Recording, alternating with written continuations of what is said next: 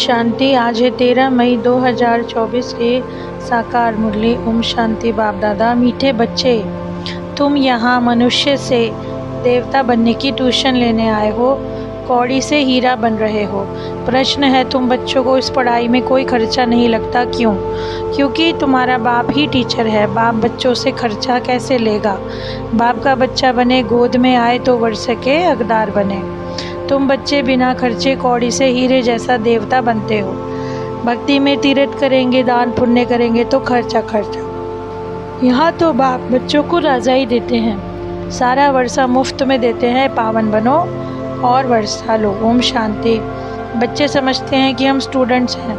बाप के स्टूडेंट क्या पढ़ रहे हो?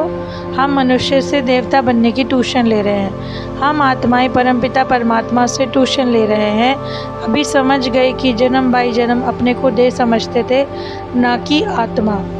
वानप्रस्थ के अर्थ को कोई जानते नहीं। वाणी से परे हम कैसे जा सकते हैं? जहाँ से हम आत्माएं आई हैं वहाँ तुम पावन थे। यहाँ आकर पाठ बजाते बजाते पतित बने हैं। अब फिर पावन कौन बनाए? पुकारते भी हैं, हे पतित पावन। ऐसा कोई गुरु मिले जो हमको अपने घर अथवा वानप्रस्थ अवस्था में पहुँचाए। उसके लिए बहुत युक्तियाँ रचते हैं। तुम समझते हो बरोबर बाप ने ही वर्षा दिया था जो अब दे रहे हैं, फिर उस अवस्था में आएंगे। सो तो तुम बच्चे समझते हो। पहली मुख्य बात है पावन बनने के लिए बाप को याद करना। अभी तुम समझते हो, अपने को आत्मा समझ बाप को याद करना सहज से सहज है। आत्मा इतना छोटा सितारा है, बाप भी सितारा है। वह संपूर्ण पवित्र आत्मा संपूर्ण पवित्र का संग तारे। सो तो एक का संग मिल सकता है, संग चाहिए ज़रूर। फिर कुसंग का भी मिलता है। 5 विकार रूपी रावण का तुम अभी बन रहे हो राम संप्रदाय। तुम राम संप्रदाय बन जाएंगे, फिर ये रावण संप्रदाय नहीं रहेगा। ये बुद्धि में ज्ञान है। राम कहेंगे भगवान को, भगवान ही आकर राम राज्य स्थापन करते हैं, अर्थात सूर्यवंशी राज्य स्थापन करते हैं। वास्तव में सूर्यवंशी राज्य तुम फील करते हो। हम हीरे जैसा जीवन यहाँ बना रहे हैं, सिवाय बाप के और कोई बन नहीं सकता। तुम देवताई हीरे जैसा जन्म सेकंड में प्राप्त कर सकते हो, बिगर कौड़ी खर्चा। बच्चे बाप के पास जन्म लेते हैं और वर्षे का हकदार बनते हैं। बच्चे को खर्चा लगता है क्या? गोद में आया और वर्षे का हकदार बना। खर्चा तो बाप करते हैं कि बच्चा, अभी तुमने क्या खर्चा किया? बाप का बनने में कोई खर्चा लगता है क्या? नहीं ना। पारलौकिक बाप का बनने में कोई खर्चा नहीं लगता है। यहाँ तो बाप बैठकर पढ़ाते हैं, तुमको देवता बनाते हैं। तुम कोई छोटे बच्चे तो नहीं हो, बड़े हो। बाप का बनने से बाप राय देते हैं, तुमको अपनी राजधानी स्थापन करनी है, इसमें पवित्र जरूर बनना है। खर्चा कुछ भी नहीं लगता। अभेद के बाप का वर्षा लो, बाप को याद करो। बाप है ना, बाप खुद कहते हैं मेरा वर्षा तुमको चाहिए तो पतित से पावन बनो, तब पावन विश्व के मालिक बन सकेंगे। ये भी जानते हो बाप वैकुंठ स्थापन करते हैं। समझदार बच्चे अच्छी रीति समझते हैं। उस पढ़ाई में खर्चा कितना होता है? यहाँ खर्चा कुछ भी नहीं। आत्मा कहती है हम अविनाशी हैं, ये शरीर विनाश हो जाएगा, बाल बच्चे आदि सब विनाश हो जाएंगे। सारा मदार है पढ़ाई पर। बाप बच्चों से पढ़ाई का क्या लेंगे? बाप तो विश्व का मालिक है। बच्चे जानते हैं हम भविष्य में ये बनेंगे। मैं आया हूँ स्थापना करने। बैच में भी ये समझानी है, नई नई इन्वेंशन निकलती रहती है। शिव बाबा कहते हैं हमारी जो आत्मा है उसमें सारा पाठ नदा हुआ है। तो जो विकारी पतित बने हैं उनको बाप आकर पावन बनाते हैं। मुख्य बात बाप कहते हैं मामेकम याद करो। सम्मुख कहते हैं रथ मिल गया तो बाप भी आ गए। रथ तो ज़रूर एक फिक्स होगा। ये बना बनाया ड्रामा है जो चेंज नहीं हो सकता। ये अविनाशी ज्ञान रतन एक लाखों रुपए का है। कितने तुमको रत्न मिलते हैं, ये ज्ञान रतन सच्चे बन जाते हैं। तुम जानते हो कि बाप रत्न देते हैं झोली भरने के लिए, ये मुफ्त में मिलते हैं। खर्चा कुछ भी नहीं। बाप ने समझाया है, रूप भी है बसंत भी। बाबा का छोटा स्वरूप है, उनको ज्ञान सागर कहा जाता है। ये ज्ञान रत्न है जिससे तुम बहुत धनवान बनेंगे। बाकी तो कोई अमृत या पानी की बरसात की बात नहीं। पढ़ाई में पानी की बात नहीं होती, पावन बनने में खर्चे की बात नहीं। तुमको अब विवेक मिला है, पतित पावन तो एक ही बाप है। तुम अपने योग बल से पावन बन रहे हो, जानते हो पावन बनकर पावन दुनिया में चले जाएंगे। बाप कहते हैं अब तुमको पावन बनकर पावन दुनिया में चलना है। जो पावन बनेगा वो जाएगा। शिव बाबा प्रजापिता ब्रह्मा द्वारा स्वर्ग का मालिक लक्ष्मी नारायण बनाते हैं याद की यात्रा से। याद करते करते तुम्हारी कट उतर जाएगी। बाप कहते हैं मामेकम याद करो, अपने को आत्मा समझो। 5000 वर्ष पहले भी बाप ने कहा था मामेकम याद करो। शिव बाबा आया था तभी तो शिव जयंती मनाते हैं ना। भारत को स्वर्ग बनाने के लिए यही समझाया था कि मामेकम याद करो तो पावन बन जाएंगे।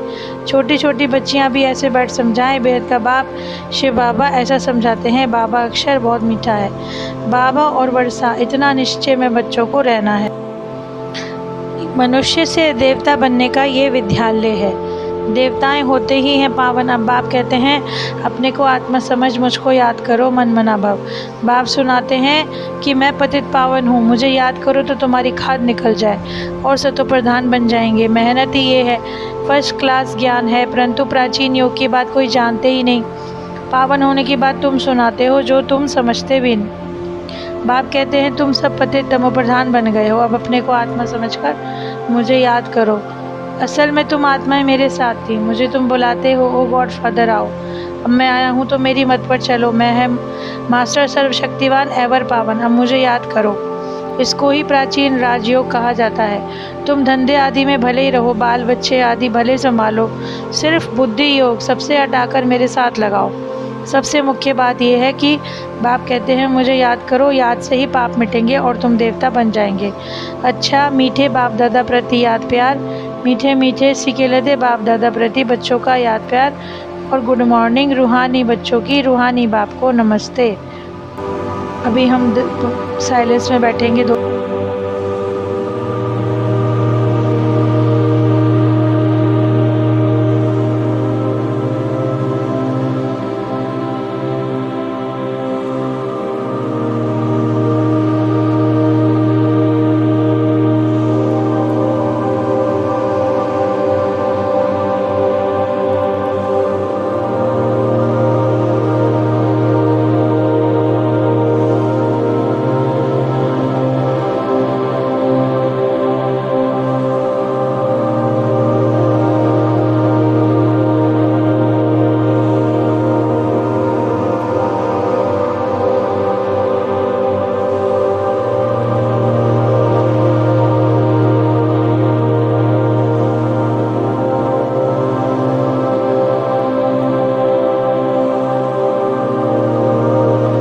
धारणा के लिए मुख्य सार, स्वयं को गरीब से साहूकार बनाने के लिए बाप से अविनाशी ज्ञान रत्न लेने हैं। ये एक एक रत्न लाखों रुपए का है। इसकी वैल्यू जानकर पढ़ाई पढ़नी है।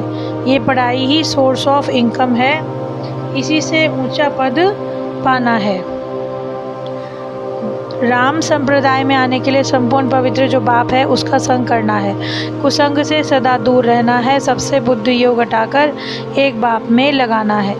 आज का वरदान है शक्तिशाली याद द्वारा सेकंड में पद्मों की कमाई जमा करने वाले पद्मा पदम भाग्यशाली भव।